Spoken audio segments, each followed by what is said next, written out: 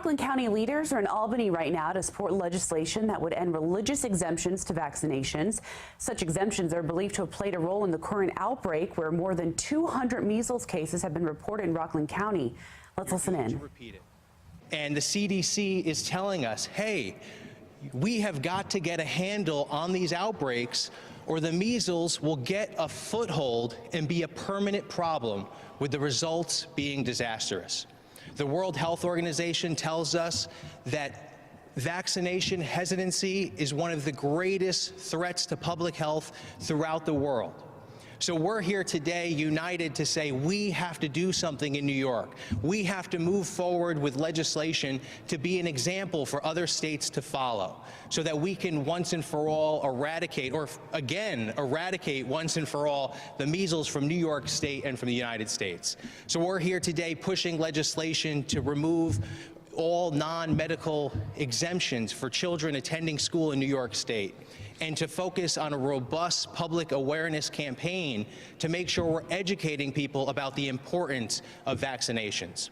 So with that, I'd like to now turn it over to my county executive, our Rockland County executive, who's really been in the midst of this on the front lines of pushing back and making sure that we're stopping the spread of measles. So with that, I'd like to introduce Rockland County Executive Ed Day. Thank you, David. Good morning. First of all, I think the most important thing I want to say is I want to thank the members of Rockland State Delegation and others, the sponsors of these bills, who are here with us today. This is critically important. Their recognition of the obvious is a refreshing change from those who wish to bury their heads in the sand, or worse, and spread misinformation about and junk science that really has been part of the problem we've been dealing with. Let me be very clear for everybody here: vaccinations are safe. The theories that we've been hearing from anti-vaxxers have been debunked numerous times, and it is necessary for all that are physically able to receive the vaccinations that they do so. This is the only way to protect the health of those who are unable to receive the life-saving benefits. These are our infants, the immunocompromised, and those with legitimate medical issues. Those folks are the ones who cannot get the immunizations, and it's they who can be protected through the herd immunity. Here in our nation, we've been privileged to have seen many diseases completely eliminated. Smallpox, polio, diseases that once struck fear into the hearts of parents, and we have forgotten about it. I remember polio as a youngster, and just a mere mention of polio really put fear in parents' faces. However, through our actions in Rockland, we have brought focus to what now is a shocking global problem: the return of a preventable, once eradicated disease to our state and to our nation. We are in a pitched battle right now in my county with only 0.1% of the entire population in the country. We have 29% of the cases of measles in the United States of America. According to UNICEF, a mixture of complacency, misinformation, skepticism about immunizations, and a lack of access to these shots has led to inadequate vaccination rates globally. It estimates between the years 2010 and 2017, the U.S. topped the list for the number of unvaccinated children at the amount of 2,593,000 children who have missed the first dose of their vaccine. The comparable figure in France was 600,000, and the United Kingdom came in third at 527,000 of children not getting their first vaccine. One must ask the obvious question: how on earth did this happen? As a state and a nation, we need to address this now, and I'm heartened to see the action being taken in the Senate and the Assembly here in New York State.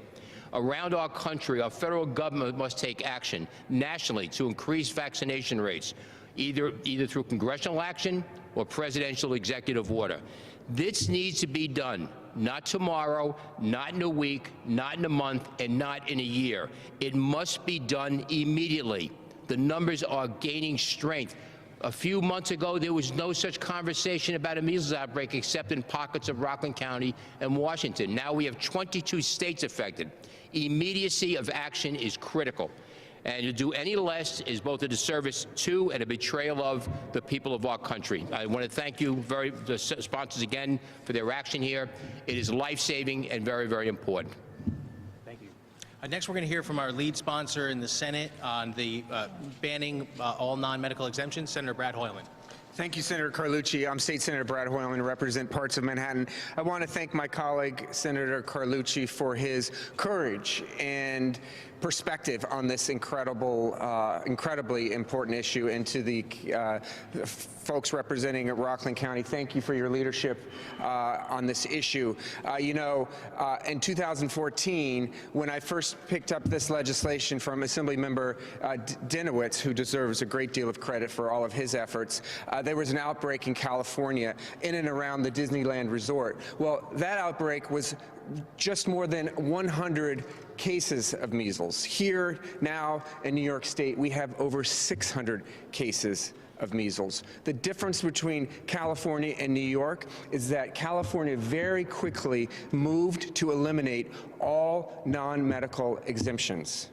We have yet to do that here in the state of New York. And the CDC has just announced today that the outbreak that's occurring nationwide is the largest in almost a quarter century. We have to get a grip on this disease. We have to put science ahead of science fiction. I'm so proud of my colleagues in the Senate and Assembly who are pushing back on the anti-vaxxers, who are peddling their junk science, who are misleading parents, who are endangering not only their children, but other people's children. The court cases are clear, dating back to the early part of the century.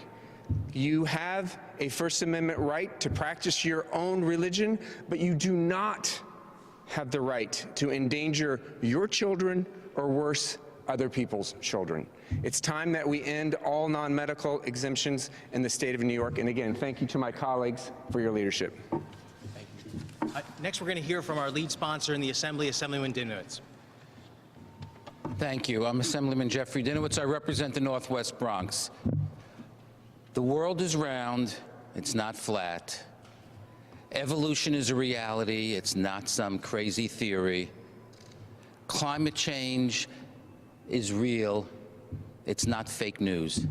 And vaccinations save lives. Vaccinations work. That's the entire history of vaccinations. Millions and millions of lives have been saved. I was talking with a friend of mine recently, and I didn't know this. 3 years before he was born, his older sister died from the measles. Measles can kill. Measles can cause permanent harm, blindness, deafness, brain damage. It's unbelievable that in this day and age, in the 21st century, there are people out there who are spreading lies, who are spreading misinformation about vaccinations. Everybody should be vaccinated. If the percentage of people vaccinated goes below a certain rate, that's when diseases like the measles can spread. And we have to stop this. We're facing an emergency now, and we have to address the emergency in many ways, but one of the ways is legislatively. We have to pass this legislation to make sure that the entire state knows of the importance of vaccinations, that they should get their children vaccinated. And we also have to pass the legislation to eliminate all non-medical exemptions for vaccinations. There is no reason that anybody who wants to send a child to school should not have their child vaccinated. Now, if you don't want to do it to protect your own child, you should do it to protect other children, because there are children out there who can't get vaccinated for medical reasons. Those are the exemptions that should remain. Nobody else's life should be endangered because you believe in what is nonsense. And the only study that ever showed that measles, that the vaccination can cause harm, was debunked over 20 years ago. Yet there are people out there fanatically who still believe this. We have to pass this legislation, and I just want to thank my colleagues in both the Senate and the Assembly for supporting this. This will save lives. We'll never know how many, but this will save lives. Thank you, Assemblyman. Next, we'll hear from Assemblywoman Ellen Jaffe. Thank you. I want to bring this down a little bit. I want to thank my colleagues and for their leadership and moving forward with this essential piece of legislation and action. I represent so many of our youth in Rockland County, and the numbers of those who have now have the measles has increased significantly, impacting their lives as well as so many others in the community. And I feel responsible, very responsible, to move forward to assure that we are responding with health initiatives that are in the best interests of everyone in New York, especially our children.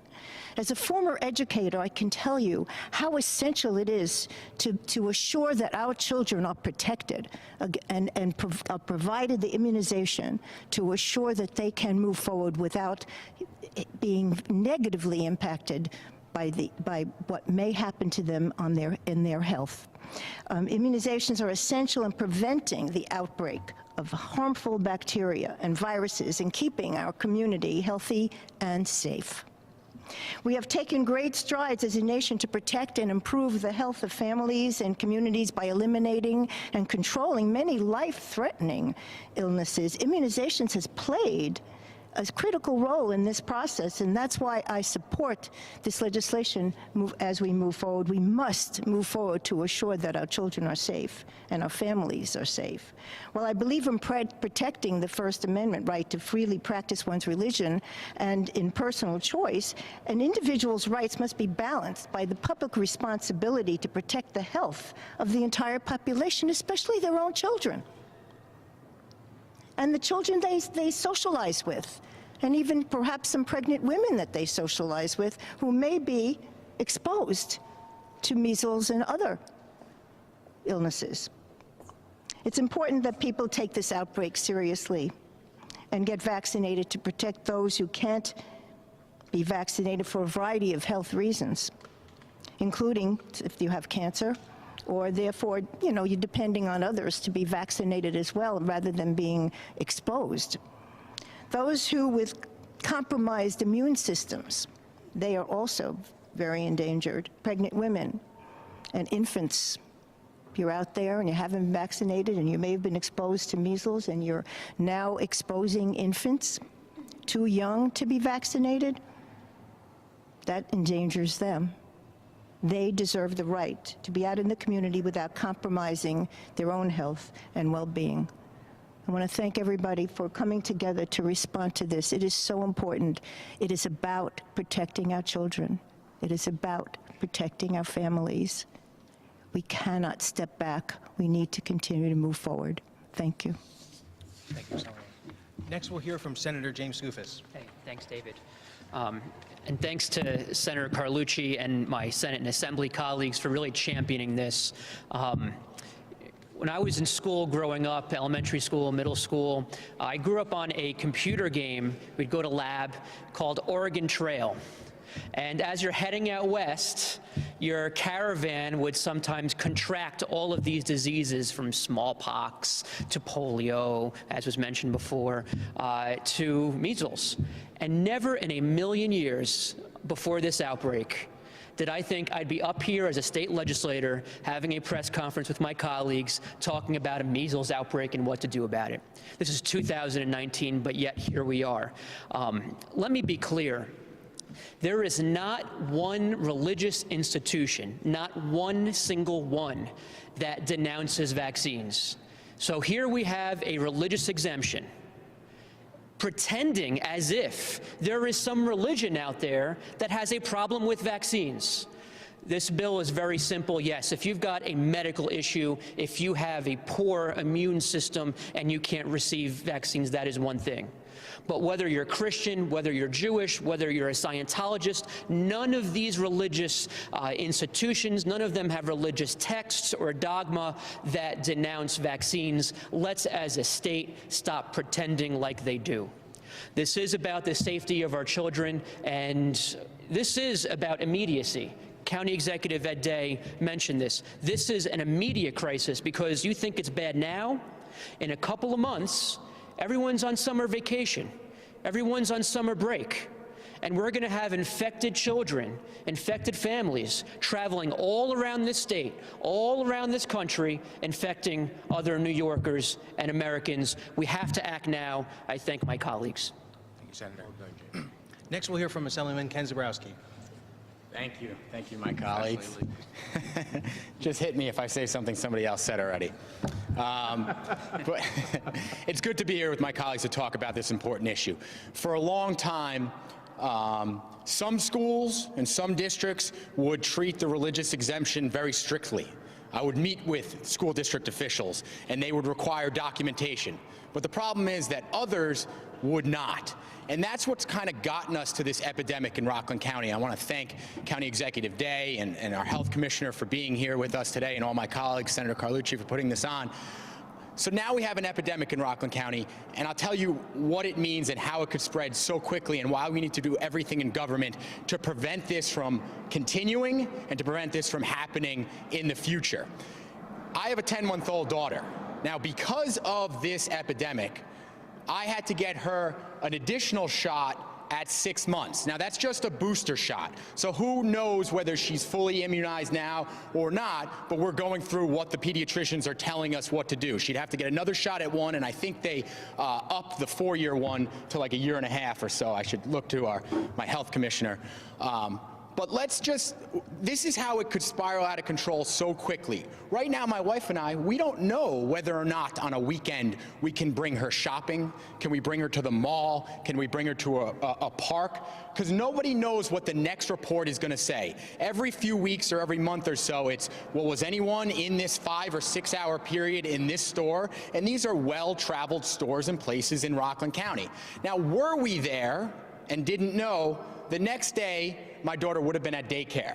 And then 6 or 8 or 9 other children who were too young to be vaccinated may spread it even further. And then do the math. 6 more, 8 more, 10 more. Suddenly it's not the 200, it's 300 and 400 and 600.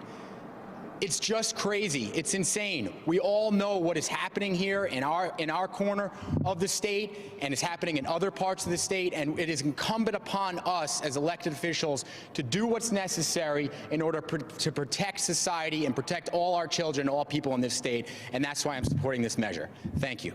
Thank you, Assemblyman. And next we'll hear from our Rockland County Commissioner of Health, Dr. Schnabel Rupert. Hi, I'm Dr. Patricia Schnabel Rupert, the Commissioner of Health of Rockland. Thank you for joining me here today. Before I speak, I'm just going to respond to Assemblyman Zabrowski's information about the MMR, just to clarify, as I know you wanted me to do.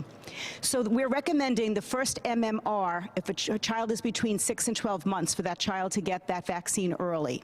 And he's right. We don't know exactly how much immunity the child will have as a result. But at 12 months of age, between 12 and 15 months is the normal first dose of MMR. At 12 months of age, we're asking the children to have their first official MMR. And then what we're doing is normally we would have the second administered between 4 and 6 years of age or before kindergarten.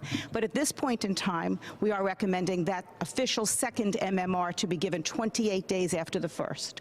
So that would give your daughter the opportunity by 13 months or so to really have 2 full MMRs on board with that early vaccine, which was an excellent idea to do.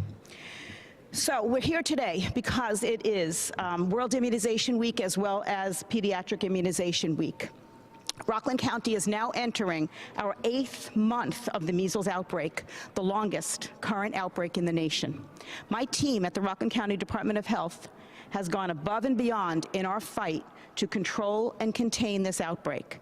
We have held dozens of MMR vaccination clinics and performed education and outreach. We continue to investigate and perform contact tracing of each and every case of measles in order to protect our community. We have seen great success from these efforts, with 19,422 MMR vaccinations given in Rockland since the start of the outbreak in October of 2018. Yet, this disease continues to spread and endanger the lives of children and adults in our community. That is why I am here today advocating for the elimination of religious exemptions as the next logical step in protecting the public health.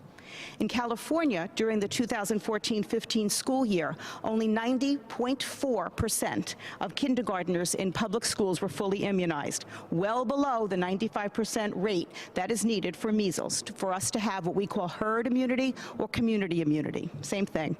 That's the protection from contagious disease that an individual benefits from as a result of living in a community where a critical number of people are vaccinated. And for measles, we look to the number to be 95%.